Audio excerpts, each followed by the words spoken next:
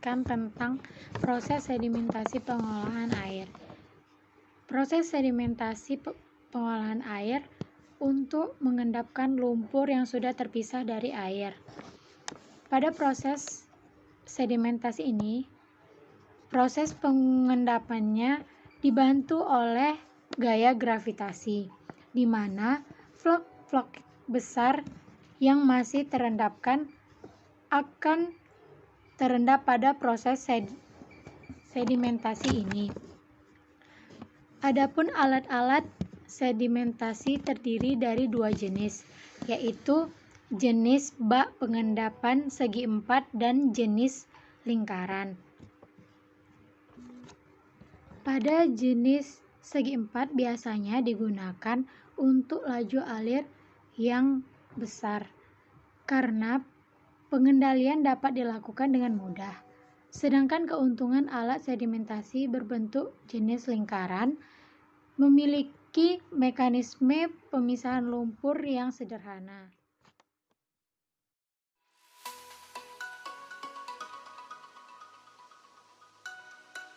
From the water through sedimentation or clarification. This process takes place in a rectangular, square, or round tank called a sedimentation basin or clarifier. It should be noted that direct filtration plants do not include a sedimentation or clarification unit process. Solid particles are kept in suspension in water as long as it flows with sufficient velocity and turbulence. Sedimentation removes floc by slowing the flow of water and decreasing turbulence. The heavier floc particles drop to the bottom, and clarified water is collected from the top for filtration. Traditional sedimentation basins have 4 zones. 1. The influent or inlet zone decreases the velocity of the incoming water and distributes the flow evenly across the basin. 2. The settling zone provides the calm area necessary for the suspended material to settle. 3. The effluent zone provides a smooth transition from the settling zone to the effluent flow area. It's important that currents don't stir up any settled solids and carry them into this area. 4. The final zone is the sludge zone, where settled solids are separated from other particles in the settling zone. There are many variations in design for sedimentation basins. The 2 most common types are rectangular and circular clarifiers. In a rectangular clarifier, water flows across a rectangular basin. A circular sedimentation basin can be either center-fed or perimeter-fed, where water is introduced to the clarifier in the center or on the perimeter, where the water is allowed to flow unperturbed throughout the basin.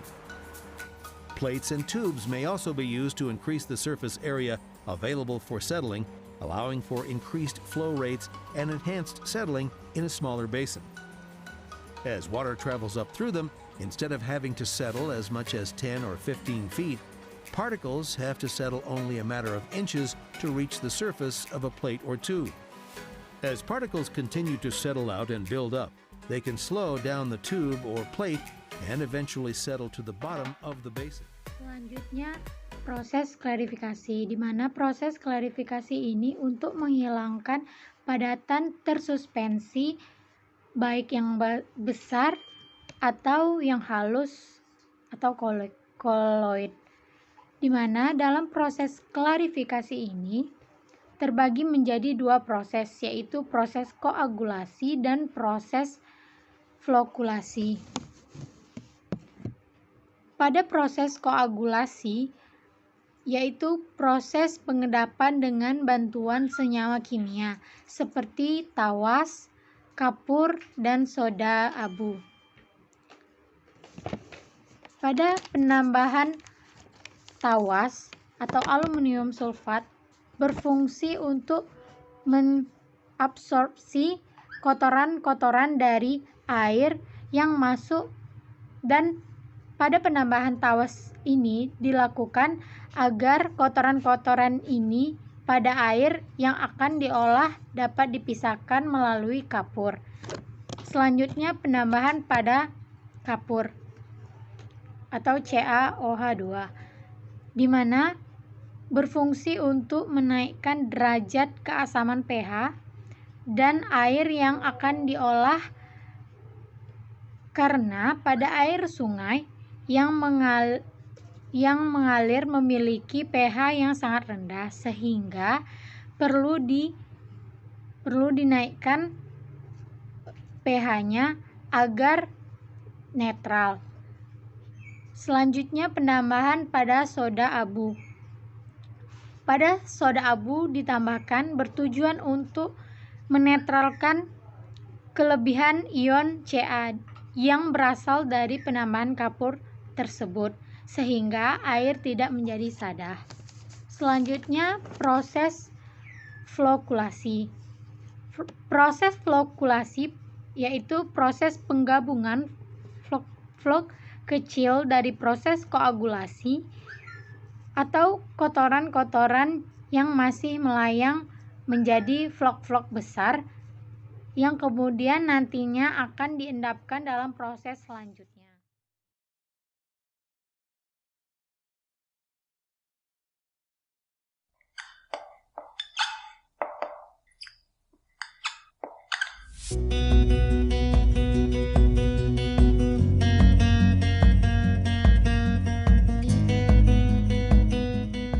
Flocculation and coagulation are fundamental for wastewater treatment and were already used by the ancient Egyptians in 1300 BC.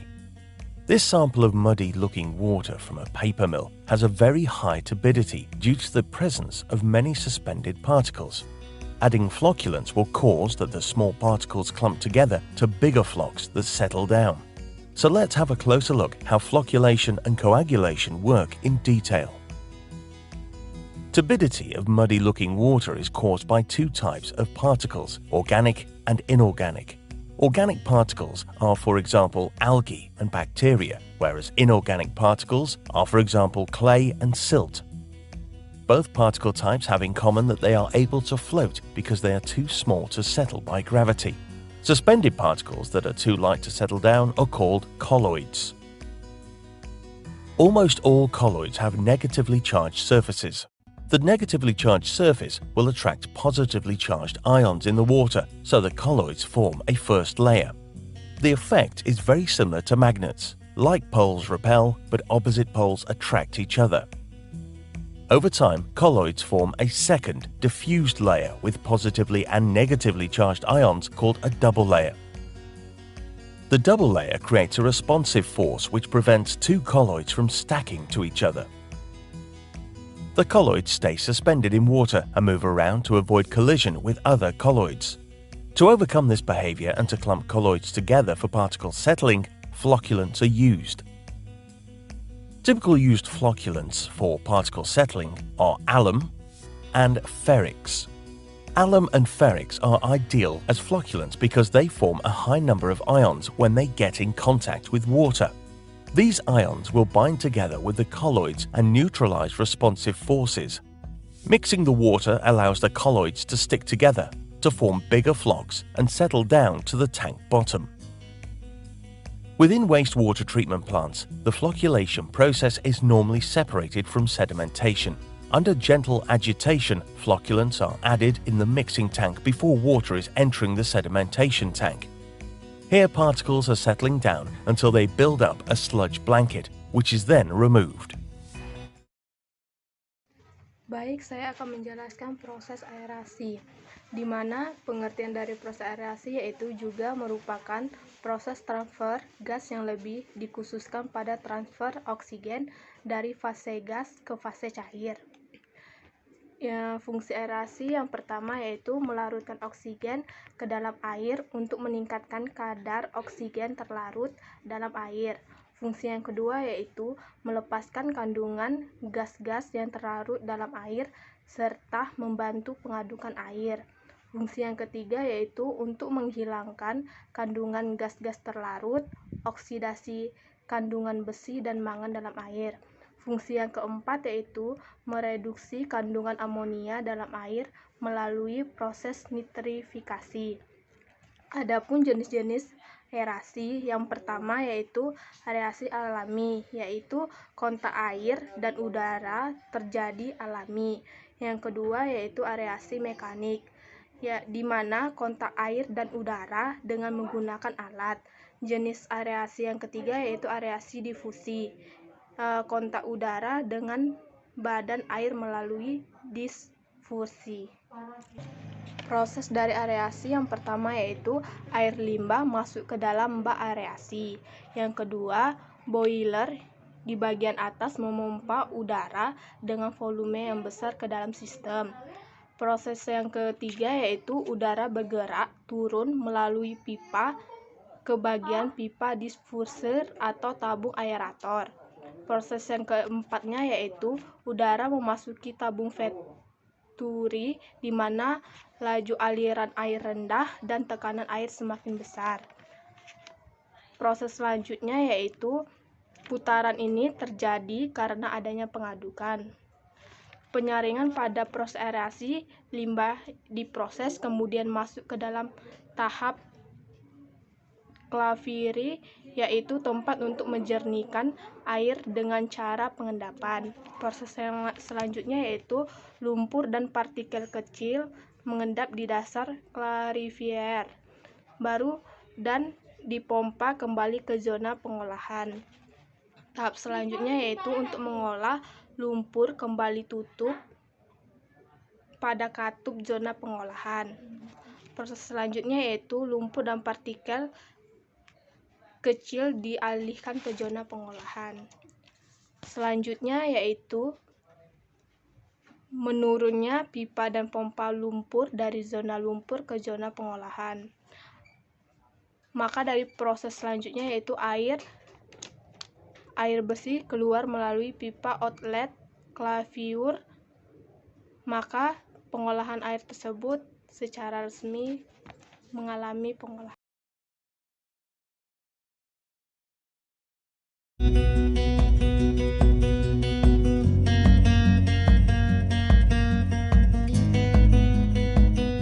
The activated sludge process requires certain types of microorganisms to break down organic matter in wastewater. As any other living organism, the microorganisms need energy to reproduce. When breaking down organic matter or oxidizing ammonium NH4+ to nitrite NO2-, energy in the form of ATP for microorganism reproduction is released.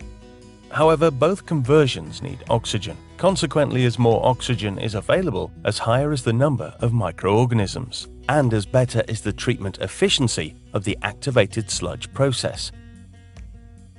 Wastewater equipment manufacturers develop therefore different products for additional oxygen supply. Most commonly used are surface aerators and subsurface aeration equipment. Examples for surface aerators are rotors, floating aerators, agitators, fountains, and others.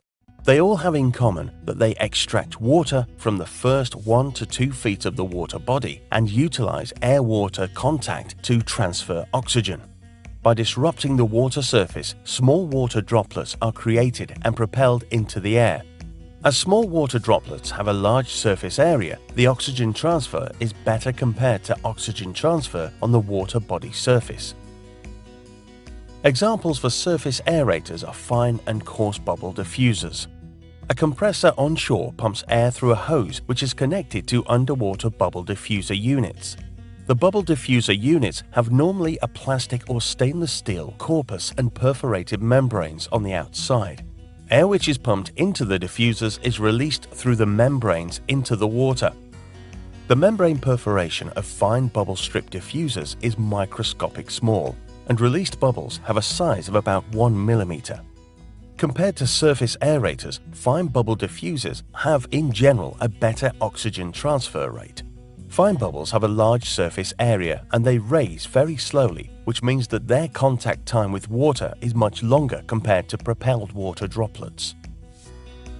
Also, the power consumption of the compressors is less compared to rotors and agitators, which makes fine bubble diffusers very energy efficient.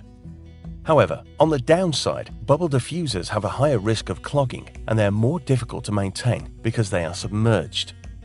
Finally, bubble diffusers provide oxygen, but they don't provide good air-water mixing. Therefore, in most cases, they need additional air-water mixing equipment, such as submersible mixers. Selanjutnya adalah proses filtrasi. Proses filtrasi bertujuan untuk menahan zat-zat tersuspensi dalam satu fluida dengan cara melewatkan fluida tersebut melalui suatu lapisan yang berpori-pori. Misalnya melewatinya dengan pasir, karbon, dan sebagainya. Fluida dapat berupa cairan atau gas. Zat-zat tersuspensi dapat berukuran sangat halus atau kasar, kaku atau kenyal, bulat atau sangat tidak beraturan. Produk yang diinginkan dapat berupa filtrat atau padatan. Pada kondisi tertentu, filtrasi dapat digunakan untuk proses penjernihan air dengan cara penyaringan langsung terhadap air baku. Media penyaring atau filter dapat dioperasikan dengan baik untuk jangka waktu tertentu. Jika pressure drop meningkat sampai batas yang diizinkan, maka harus dilakukan pembersihan filter dengan cara mengalirkan air secara balik. Mengalirkan air secara balik ini yaitu mengalirkannya secara berlawanan arah dengan arah aliran pada saat operasi selama 5-10 menit. Setelah itu dilakukan pembilasan.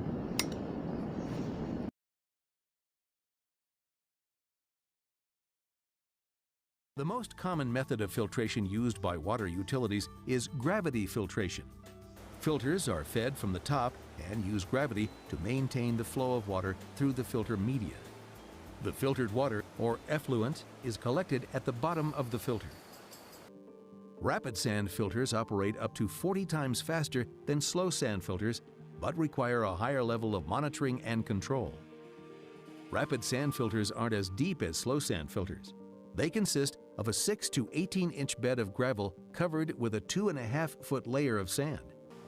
For even more efficient filtration and higher flow rates within a smaller footprint, many utilities use high-rate filters. These filters use layered media and can produce up to 4 times the flow rates as rapid sand filters. There are several types of high-rate filters: dual media, multimedia, and deep bed monomedia. Dual media filters consist of a bed of sand covered with a layer of granulated anthracite coal. Multimedia filters are similar to dual media but use 3 or more types of material. The most common configuration is a layer of garnet sand on bottom, silica sand in the middle, and coarse anthracite on top. In both dual and multimedia filters, different types of media are layered on top of one another. Generally, the larger the particles of a media, the lower it will be located in the filter. Gravel, which forms the base of most filters, stays at the bottom because it is larger and heavier than the sand on top. And the higher you go in the filter, the smaller the particles will become, with the exception of anthracite, which is found at the top. Anthracite has a lower weight per volume ratio or specific gravity, so it's able to sit on top of the smaller but denser sand particles below. Some mixing does occur at the interface level, but different media types generally remain stratified. The coarse anthracite layer at the top removes most of the suspended particles.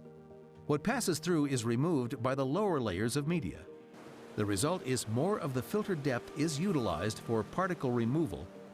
Another high-rate filter used by water utilities is the deep-bed monomedia filter. These filters use a single media, usually sand or anthracite, from 48 to 72 inches deep. The filter bed must be deeper than a conventional filter because the media is coarser. Monomedia filters can be operated at higher rates than dual media filters and are well suited for use with direct filtration systems. Pengolahan air secara internal atau internal water treatment adalah proses penambahan penginjeksian suatu atau beberapa bahan kimia chemical ke dalam air yang akan digunakan untuk proses maupun pendukung proses. Pengolahan air secara internal merupakan proses yang esensial terlepas dari kenyataan apakah air itu diolah atau sebelumnya. Oleh karena itu, pengolahan eksternal dalam beberapa hal tidak diperlukan sehingga air dapat langsung diolah dengan cara pengolahan internal saja. Keuntungan pengolahan air secara internal adalah meniadakan kebutuhan peralatan pengolahan eksternal yang intensif Hal ini merupakan keuntungan dalam segi ekonomi. Selain itu, kesederhanaan program pengolahan secara internal memungkinkan penghematan dalam tenaga kerja untuk pengumpanan dan pengendalian. Masalah-masalah umum yang membutuhkan pengolahan internal biasanya yaitu masalah korosi, masalah pembentukan kerak. Terima kasih. Pengolahan air terdapat dua macam proses, yaitu proses eksternal dan proses internal. Proses pengolahan eksternal digunakan untuk mengelola impurities tertentu. Pengolahan air secara eksternal dapat dibagi menjadi 3 kategori, yaitu proses pendahuluan atau pre-treatment untuk memperoleh kualifikasi air pendingin atau sebagai proses awal untuk penyediaan air dengan kualitas yang lebih tinggi. Yang kedua ada proses filtrasi. Proses ini khusus untuk menghilangkan zat padat tersuspensi. Dan yang ketiga proses penurunan atau penghilangan padatan terlarut. Untuk menghilangkan padatan terlarut tanpa menggunakan metode pengendapan secara kimiawi, misalnya proses pertukaran ion atau ion exchange. Ion adalah sebuah proses fisika kimia. Pada proses tersebut, senyawa yang tidak larut, dalam hal ini resin, menerima ion positif atau negatif tertentu dari larutan dan melepaskan ion lain ke dalam larutan tersebut dalam jumlah ekuivalen yang sama. Jika ion yang dipertukarkan berupa kation, maka resin tersebut dinamakan resin penukar kation. Dan jika ion yang dipertukarkan berupa anion, maka resin tersebut dinamakan resin penukar anion. Berikut ini contoh dari reaksi pertukaran kation dan reaksi pertukaran anion. Menyatakan bahwa larutan yang mengandung CaCl2 diolah dengan resin penukar kation NaR dengan R menyatakan resin. Resin mempertukarkan ion Na+ larutan dan melepaskan ion Na+ yang dimilikinya ke dalam larutan. Tahap terjadinya reaksi pertukaran ion disebut tahap layanan atau servis. Jika resin tersebut telah mempertukarkan semua ion Na+ yang dimilikinya, maka reaksi pertukaran ion akan terhenti. Pada saat itu, resin dikatakan telah mencapai titik habis atau exhausted, sehingga harus diregenerasi dengan larutan yang mengandung ion Na+ seperti NaCl. Tahap regenerasi merupakan kebalikan dari tahap layanan. Fungsi yang digunakan, resin penukar ion dapat dibedakan menjadi 4 jenis, yaitu 1. Resin penukar kation asam kuat. 2. Resin penukar kation asam lemah. 3. Resin penukar anion basa kuat. Dan 4. Resin penukar anion basa lemah.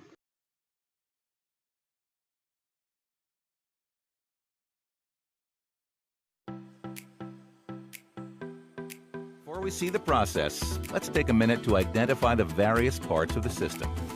The first area is the freeboard. Freeboard is the area where resin is allowed to expand. This area also allows the dirt that is collected on top of the resin bed to be flushed out. Next, we have the dip tube. This tube is also known as the distribution tube or riser tube. The next element in the system is the resin. Pro Systems water softeners use Dow's IonX 2000. There are several brands available, but we choose to use IonX 2000 because of its long life and its resistance to chlorine.